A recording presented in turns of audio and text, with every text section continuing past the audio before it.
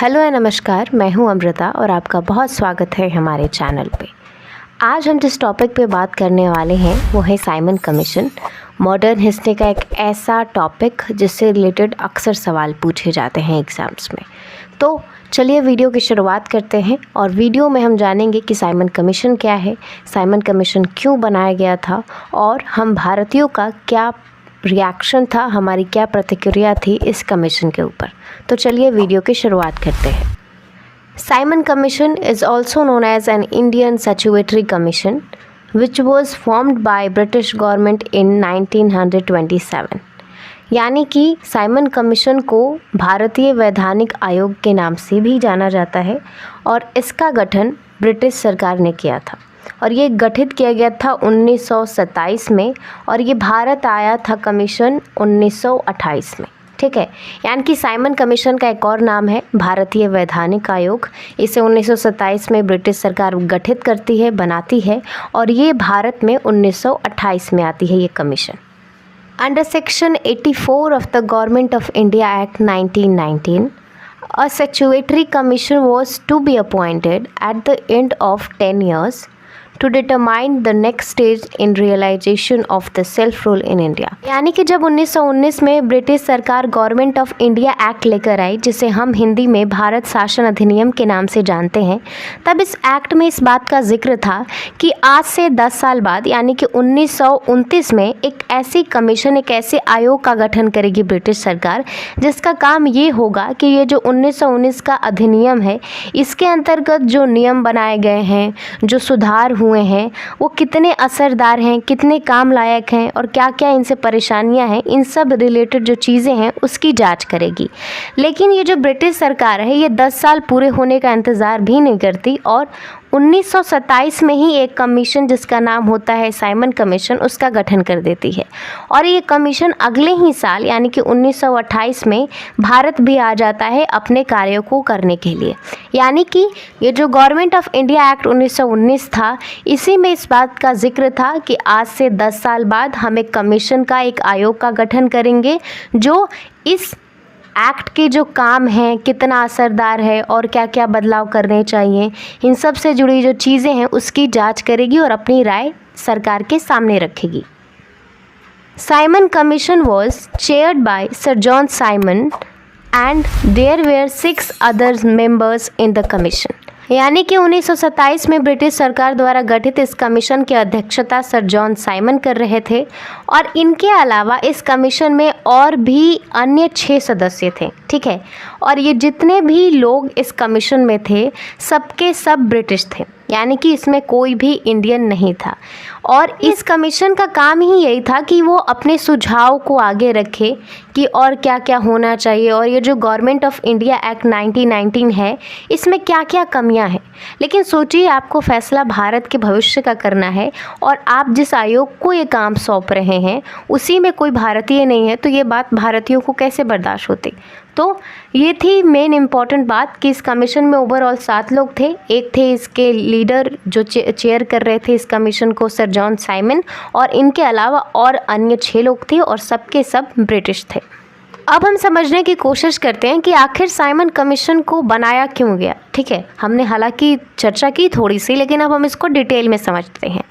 The first reason is to evaluate the government of India act 1919। हमने जब से इस वीडियो की शुरुआत करी है हम इस चीज़ की चर्चा कर रहे हैं कि साइमन कमीशन का जो सबसे पहला काम ही था ये कि जो गवर्नमेंट ऑफ इंडिया एक्ट यानी कि भारत शासन अधिनियम 1919 है, इसके अंतर्गत जो सुधार किए गए हैं, जो नियम बनाए गए हैं, जैसे प्रांतीय जो विषय थे उन्हें 2 हिस्सों में बांट दिया गया था, तो ओवरऑल जो भी सुधार, जो नियम लगाए गए थे भारत शासन अधिनियम 1919 के अंतर्गत, वो कितने असरदार हैं और क्या क्या सुधार करने चाहिए सरकार को, इस बात की जांच करने का उत्तरदायित्व साइमन कमीशन को दिया था। दूसरा ऑब्जेक्टिव था साइमन कमीशन का रिकमेंडेशन ऑफ कॉन्स्टिट्यूशनल रिफॉर्म्स। यानी कि ना सिर्फ आपको गवर्नमेंट ऑफ इंडिया एक्ट की कमियां गिनानी हैं, बल्कि साथ ही साथ आपको और क्या क्या हमें सुधार करने चाहिए, ये सारी बात साइमन कमीशन को बतानी थी ब्रिटिश सरकार को। ठीक है। अगला उद्देश्य था to address the communal representation, यानी कि साइमन कमीशन को ये भी तय करना था कि संप्रदाय के हिसाब से लोगों का क्या प्रतिनिधित्व होना चाहिए। यानी कि अगर किसी एरिया में अलग अलग धर्म के लोग हैं तो वहाँ किस तरह से सीटों का बंटवारा होना चाहिए, वहाँ से किस तरह प्रतिनिधित्वों को चुना जाए, उन्हें आगे भेजा जाए, कैसे पावर का डिस्ट्रीब्यूशन हो, ये सब काम भी हमने साइमन कमीशन को सौंपा था। यानी कि ओवरऑल साइमन कमीशन के आने के पीछे का उद्देश्य ये था कि वो तय करेगी, वो बताएगी कि 1919 का जो भारत शासन अधिनियम है इसमें क्या कमियां हैं, और साथ ही साथ साइमन कमीशन ये भी बताएगा कि जो अलग अलग कम्युनिटी, अलग अलग संप्रदाय के लोग हैं उनके बीच रिप्रेजेंटेशन, उनके बीच प्रतिनिधित्व का बंटवारा कैसे होना चाहिए। रिएक्शन टू द कमीशन, यानी कि अब हम इस बात की चर्चा करने वाले हैं कि जब ये साइमन कमीशन भारत आया तो हम भारतीयों की क्या प्रतिक्रिया थी। तो साइमन कमीशन के बारे में फिर से एक बार चर्चा करते हैं कि साइमन कमीशन एक ऐसा कमीशन था जिसमें सिर्फ ब्रिटिश थे और इसका काम ये था कि ये तय करे कि भारत में सुधारों के लिए और क्या क्या नियम लगाए जाने चाहिए, और ये जो गवर्नमेंट ऑफ इंडिया एक्ट 1919 है इसमें क्या कमियां हैं। तो सोचिए, आपको फैसला भारत के भविष्य का करना है और इसमें कोई भारतीय ना हो तो इससे लोग नाराज़ होंगे ही होंगे। So there was a massive protest against the Simon Commission. Simon Commission faced massive protest across the India. Indian National Congress and other political parties also criticized the Simon Commission. यानी कि भारतीयों ने इसका पुरजोर विरोध किया, और जब 3 फरवरी 1928 को जो साइमन कमीशन बम्बई पहुंचा तब लोगों ने पुरजोर विरोध किया इस कमीशन का। लोगों ने काले झंडे दिखाए और जो सबसे फेमस स्लोगन था साइमन गो बैक, यानी कि साइमन वापस जाओ, इसके नारे लगाए। साथ ही साथ उस वक्त की जो सबसे बड़ी पॉलिटिकल पार्टी थी इंडियन नेशनल कांग्रेस, इसने भी इसका पूरा विरोध किया।